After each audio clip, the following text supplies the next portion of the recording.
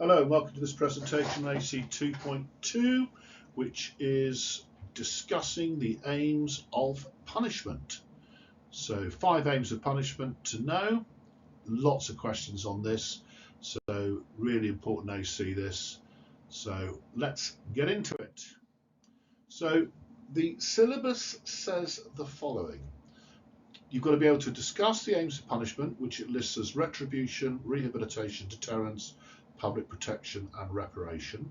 So the first thing I would say is you have to learn those phrases and know exactly what they stand for, because the next AC is applying them. So if you don't understand them, you're going to be completely stuffed. So you have to learn those 3 phrases. And it's just worth noting they talk about synoptic links, and they ask you to consider the aims in the context of the criminological theories learned in Unit 2. So it's really about applying some of those theories which are best suited for which aim. Okay, so let's delve in it. So why do we punish? Well, according to Section 142 of the Criminal Justice Act, the reason we punish people, the reason we give sentences to people is punish offenders, reduce crime, reduce by deterrence, reform, rehabilitate, protection, and make reparation. It's almost as if, that's retribution, it's almost as if the exam board had taken Section 142 of the Criminal Justice Act and just applied it to this AC. So maybe worth your while, just remembering Section 142 of the Criminal Justice Act. And it actually says that when sentencing, be it a magistrate or a judge, the 3 R's should be present. So the purpose of sentencing is to rehabilitate, make reparation and retribution. So something to think about there. So let's think about our punishment categories. So we have custodial sentences, which will be mandatory, discretionary life sentences, fixed term sentences, suspended sentences. We have community sentences, which involve unpaid work, curfew, drug treatment, supervision, treatment programs, etc., all run by the probation service. We have fines, which depend on your financial circumstances and the seriousness of the offence. And we have discharges, which be conditional or absolute. Those are the punishment that we mete out in today's courts. Okay? And here's an example of a discharge, and you can read that at your will. I'm going to read it through now. So each of these punishments is linked to an aim of punishment. Some have more, and we'll be looking at that in the next PowerPoint. But for the purposes of this, just remember, just to recap, those punishments are given out by judges who have limited powers. They're just restricted by the tariffs that the offence carries, be it maximum or minimum. And magistrates who can give a 6-month imprisonment and or a fine, and 2 or more offensive, a maximum of 12 months imprisonment and or a fine. And the police have got limited powers to hand out fixed penalty notices, etc. So we've looked at all of these previously. So when it comes to these aims of punishment, this PowerPoint is just going to look at what the aims actually mean. How they apply to those 4 sentences is going to be in the next PowerPoint. But if you get a question that's aimed at this AC, you're just going to be asked to describe, really, or discuss what it actually means. What does retribution mean? What does protection mean? So let's make sure you fully understand it, and let's start with retribution. So retribution literally means paying back. You inflict a punishment on the offender because they've done something wrong. They've done a wrong act, you inflict punishment on them. It's an eye for an eye. It's based on the idea that criminals should get their just deserts. If you have done something, you've committed a crime, you deserve to be punished, and the punishment should fit the crime. It should be proportional to it. So as I said, it's based on this biblical concept of an eye for an eye and a tooth for a tooth. This is why some people argue for the death penalty for murder. It's the best example of retribution. You've killed someone, therefore we take your life away. A life for a life, an eye for an eye, a tooth for a tooth. Obviously, we don't have the death penalty in this country, but you can use the death penalty as an example of retribution without any problems whatsoever in the exam. So this idea of proportionality leads to this tariff system or fixed scale of mandatory penalties for different offences. So the idea that certain offences carry a minimum sentence or a maximum sentence, a tariff. So let's go through some examples of retribution. So if the purpose of retribution is to express society's outrage at a crime, to show that it deserves to be punished, this explains things like sentencing uplifts. So, for instance, in our society today, hate crimes such as racially motivated offences actually carry an uplift.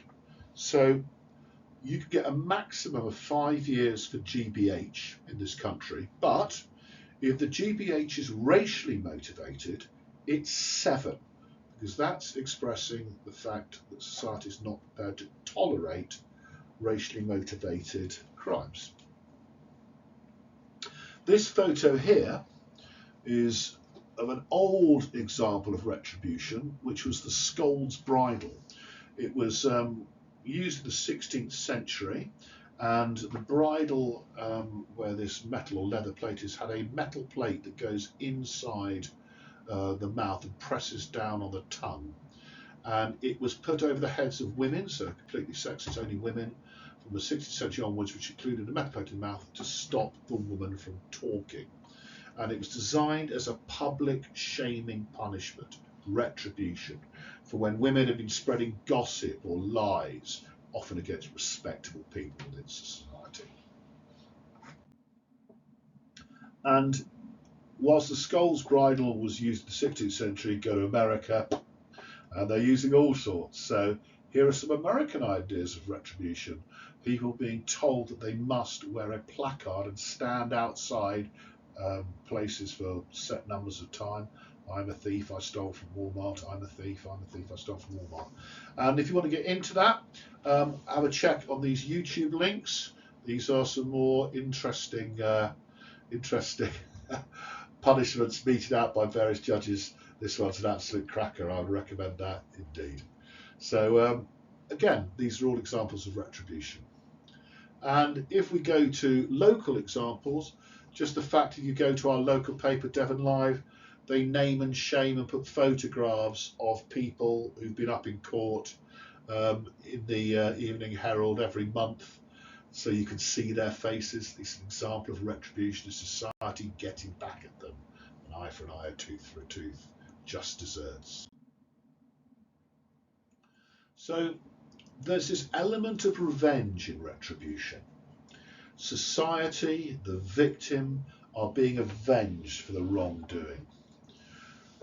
So an example that you can use, and it's a good one to have because it also can be used in Unit 2, how laws have changed over time.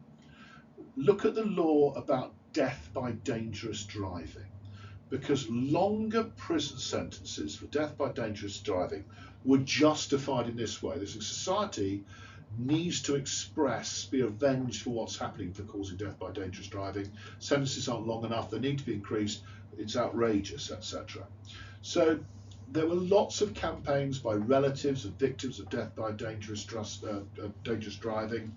There was the Drive for Justice campaign, and up to 1993, the maximum sentence for causing death by dangerous driving was 5 years. That seemed to everyone to be too low. So the campaign got it changed, doubled to 10 years in 1993. 10 years later, it was increased to 14 years. And then another 20 years later on, in June 2022, the maximum sentence was increased to life. So now, so from the space of 1993 to 2025, where we are now, so in the space of 30 years, the maximum sentence for causing death by dangerous driving has moved from 5 years to life due to society's outrage at what was seen to be, a lenient sentence, not fit. Not criminals weren't getting their just desserts for the crimes they were committing. And you can look at that link there, which looks at how the campaign break has responded to that change in the law. Also with retribution, when we link it back to Unit 2, it's really linked to right realist theories of criminality, particularly rational choice theory. Retribution assumes that offenders are rational beings, they've consciously chosen to commit their crimes, and therefore they're responsible for their actions. Therefore, they deserve to suffer the outrage of society for what they've chosen to do. So, functionalist sociologists such as Durkheim would argue that the moral outrage that retribution expresses performs that function of boundary maintenance. Punishing the offender reminds everyone else the difference between right and wrong. And here you've got a newspaper clip I've got, sex gang protests, how a mob of citizens shouted abuse outside the court at a load of women who accused of sex crimes against children, expressing society's outrage at what they see. So let's have a think about retribution and do a little bit of evaluation. So some people would say, are we sure we want to go just down the route of retribution? It could be argued that defenders deserve forgiveness, a chance to make amends, not just punishment. And fixed tariffs, some argue, mean that punishment has to be inflicted even when no good's going to come from it. So you could have a remorseful offender who won't commit any further crimes, still has to have that fixed tariff. And I think this is the one for me that raises the biggest issue with retribution. Now, what I would normally do with my class here is I would say, right, students, I'm going to give you 4 crimes. I want you to rank them in order of which is the worst. And I'd give them rape, murder, paedophilia, terrorism. And I could guarantee you that the class would not agree, the individuals would not agree on which one ranks higher than the others. You'd have a mixed bag of which one is more serious than the other, which one comes first, which is second, which is third, which is fourth. And what that shows is that actually people disagree on which crimes are more serious than others. And if that's the case, how can you ever get a proportionate penalty or a just desert if people can't make up their minds which crime is more serious? It's a matter of choice, it's a matter of opinion, and therefore just desert for some people is not going to be just desserts for others. And that is, I think, an issue with this. So that moves us on to our second aim, which is rehabilitation. And this is the idea that you use punishment to reform or change offenders so they no longer offend and go on to live a crime-free life. So it's not focusing on punishment, but it's trying to change offenders' future behaviour by addressing the issues that lead to their offending. This means things like treatment programs can be used extensively, such as education, training programs for prisoners so they avoid unemployment, earn an honest living on release, anger management courses for violent offenders such as aggression replacement training, which we looked at in Unit 2, other cognitive behavioural therapy programs. All of those can lead to offenders not reoffending. Drug treatment, testing orders, programs to treat alcohol dependence, all of these have value. And then community service orders often require offenders to engage in such programs as part of their sentence, because the aim is rehabilitation. Now, things to consider here is that rehabilitation is only going to work if the offender actively wants to change their lives. If they don't, they're not going to be rehabilitated. And rehabilitation policies often require considerable resources. It requires professional support, therapists, probation officers. But, and many people would argue this, the initial expense may ultimately prove worthwhile in the long term, given how much it costs to keep someone behind bars, nearly over £50,000. So if you can shut the stable door before the horse is bolted, in the long run you end up saving money, but it does require an investment in the first place. So I've put some little links here for you to think about. So that one there is a prisoner talking about learning skills in prison. This is about bike recycling in Bristol prison. All very useful. So you can have a look at those, some 2 good clips on YouTube. So let's look at our rehabilitation links to Unit 2. Individualistic theories are going to play a part here. So they would advocate things like cognitive theories will favour cognitive behavioural therapies that teach offenders to correct the thinking behind their criminal behaviour. Eysenk's personality theory would favour the use of aversion therapy to deter offending behaviour. Skinner's operant learning theory would support the use of token economies to encourage prisoners to behave more acceptably. And sociological theories such as left realism would favour rehabilitation, as they would see social factors such as poverty, unemployment, and poor education as the causes of crime. So addressing these needs will address offending. So with rehabilitation, just consider the following. Right realists argue that rehabilitation has only limited success, in that many offenders go on to reoffend even after undergoing programs aimed at changing their behaviour. Marxists criticise rehabilitation programs because it shifts the responsibility for offending onto the individual offender's failings rather than on capitalism causing people to commit crime. And I've got 2 videos for you to look at. I would recommend you look at these. One is a Miami boot camp, which is using army-like discipline to try and change people. And then we go to Bastøy prison in Norway, which is often called the world's softest prison, which treats prisoners very, very differently in very, very different conditions. But have a look at what you think. Interesting videos there. So let's move on to our third aim of punishment, which is deterrence. And what you're trying to do with deterrence is dissuade the offender or anyone in society from committing crime by fear of punishment. So that deterrence can be both individual, so it deters the individual from committing the crime, or general, because the general public see the punishments the individual is going to get and think, oh, I don't want that to happen to me, and therefore they don't commit crimes either. So individual deterrence is ensuring the individual doesn't reoffend again. So things like suspended sentences are a good example of individual deterrence. If there's no reoffending, the offender won't go to prison.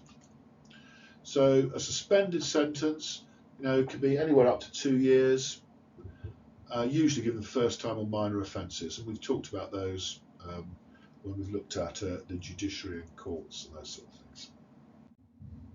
So that then leads us on to general deterrence. So general deterrence aims to deter society in general from breaking the law. So if a member of the public sees an offender being punished, they'll see what they themselves will have to undergo if they commit a similar crime.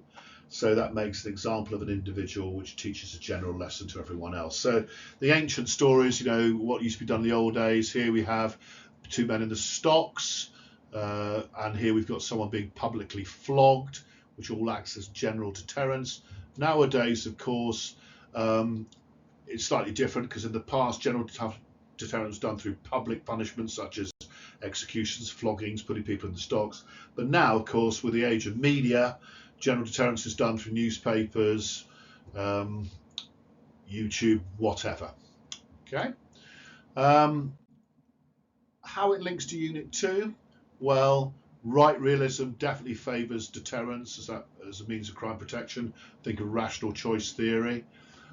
Social learning theory is relevant to understanding general deterrence. If would-be offenders see a model, one of their peers, for example, being punished for offending, they'll be less likely to imitate that behaviour. So something to think about there. However, some things to think about. Deterrence. There's little evidence in reality that short, sharp shocks or boot camps reduce youth offending in either UK or USA, where it's been tried, hasn't worked. The fact that about half of all prisoners reoffend within a year of release suggests that prison isn't an effective deterrent. Deterrence is assuming that offenders act rationally, carefully weighing up the risks, as in rational choice theory and right realism, but the vast majority act irrationally and driven by their emotions without thought of punishment. So are they really thinking about the deterrent element of there? And interesting enough, people argue the death penalty would be a deterrent. When it was abolished in this country, the murder rate actually went down, which suggests that the death penalty didn't act as a deterrent. So some things to consider there. So moving on to our fourth aim, public protection, sometimes called incapacitation. This is the idea that you need to protect the public from further offending by incapacitating offenders, locking them up to remove their physical capacity or ability to offend again. Now, there's been many types of incapacitation policy at different times and places over the years. So execution is an obvious one, because if they're executed, they ain't going to be committing any more crimes. Custodial sentences stop people from committing crimes because they're locked up. In some countries, cutting off the hands of thieves makes it very difficult for you to nick stuff if you've got no hands. Chemical castration of sex offenders will be a type of public protection. Having foreign travel bans for football hooligans so they can't attend matches abroad.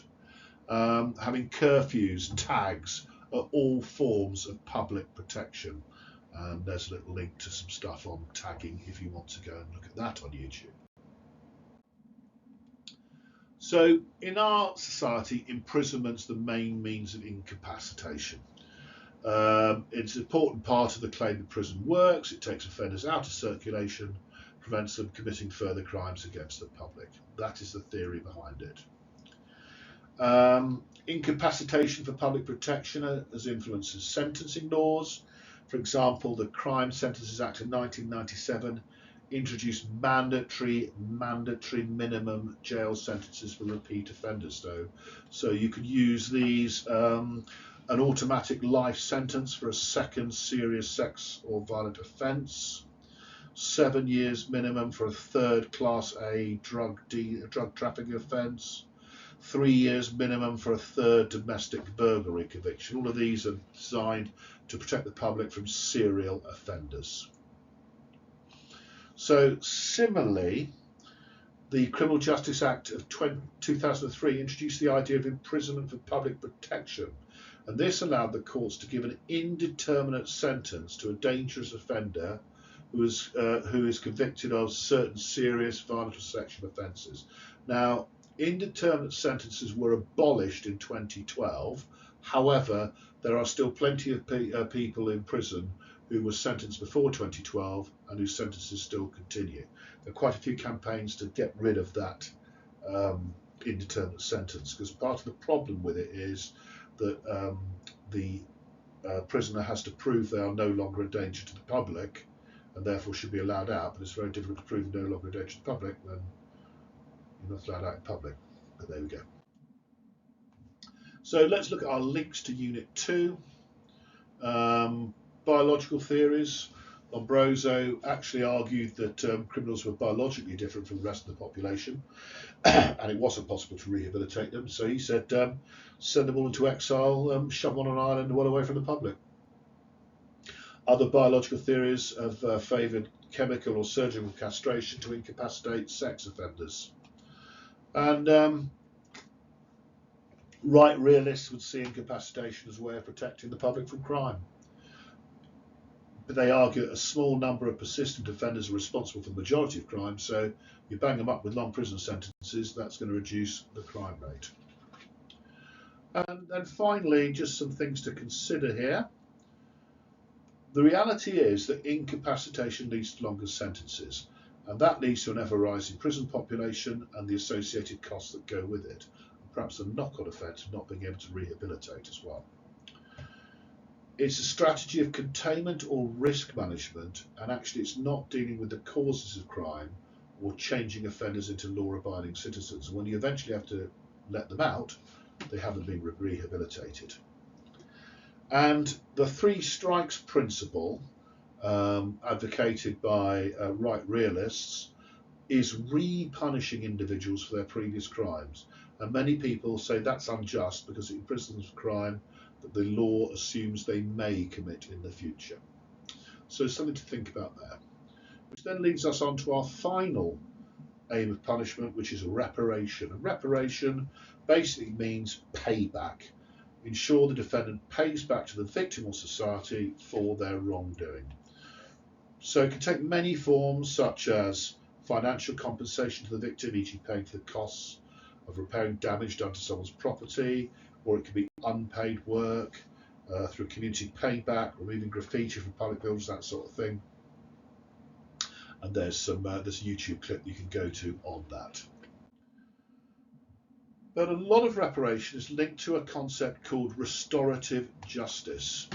And restorative justice is all about making amends for the social damage done and getting the offender to recognise the wrongfulness of their actions and the impact it's had on the victims. And this is restorative justice schemes bring the offender and the victim together, often with the help of the mediator.